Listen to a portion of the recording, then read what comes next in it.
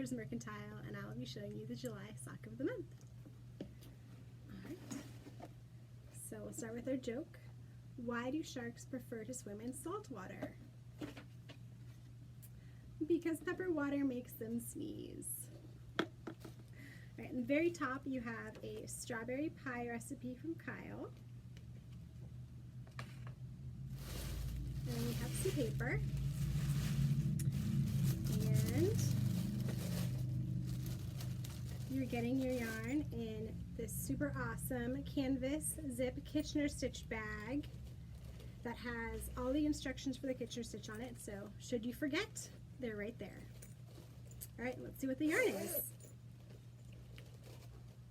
Ooh, you are getting some Kobasi in really red tonal, which is awesome. This is wonderful sock yarn. It has cotton and bamboo, elastic nylon, and silk, so it's nice and stretchy and soft, and it'll be wonderful to work with. You also get some Pop Rocks. And let's see what else is in here. The download code for your pattern, and the printed pattern for the strawberry pie sock. And once you're all finished, your sock will look like this. Be nice and cute and cool for summer. All right, have fun!